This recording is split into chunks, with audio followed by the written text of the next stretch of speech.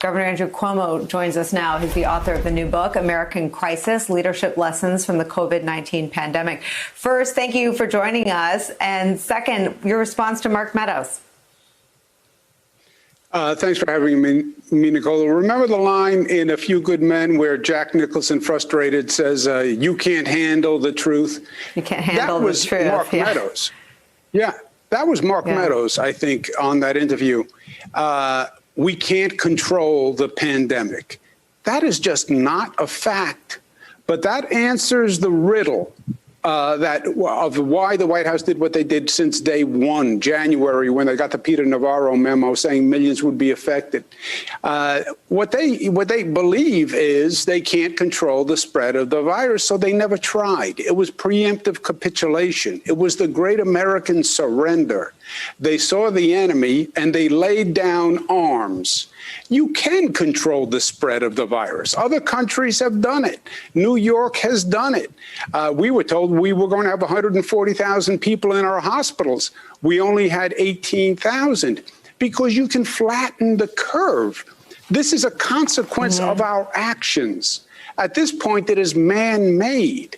It is a function of what we do and how we do it. And they should have more faith in the American people. Tell the truth. Let's get this under control. We were told the fall would see a spike. Do more testing, more compliance, wear a mask for crying out loud, do the social distancing. You can control the spread. They're just wrong. Do you think, though, you said it solves a riddle? I mean, I have colleagues that think that this really does answer an unanswered question, that they're not trying to stop it because their belief is something different. It's an obscure scientific sort of fringe theory of herd immunity. Do you think they're proceeding down a path that looks like that? Oh, I don't think they have a theory or a strategy. I think early on, they were told that it's coming. They watched China. They watched Italy. They thought the choice was binary. They thought it was close down the economy or let the virus spread. And they were economy. Their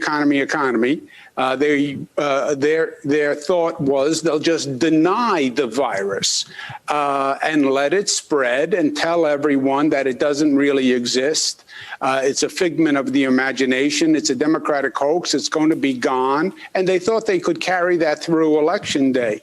And Meadows did say they were bullish on a vaccine. Yeah, but you had to get to the vaccine, and then you have to reproduce it, and then you have to dispense it, and maybe you have another year. And why didn't you stop the spread in the meantime? You can't eliminate it, but you can stop the spread. And what they did was the exact opposite. Their message to states was open up, liberate, you don't need masks, just go about your business. Nicole, you have states now that are doing fewer tests now than they were doing because the president said to them, if you don't test, you won't find the cases. And if you don't find the cases, then they don't exist. I mean, they actually listened to the president, which was a terrible, terrible mistake. And you look at those death numbers and those case numbers, my heart goes out to them. We were right on that verge, you know, but New Yorkers flattened the curve. Otherwise, we would be where they were. Hey there, I'm Chris Hayes from MSNBC. Thanks for watching MSNBC on YouTube. If you want to keep up to date with the videos we're putting out, you can click subscribe just below me or click over on this list to see lots of other great videos.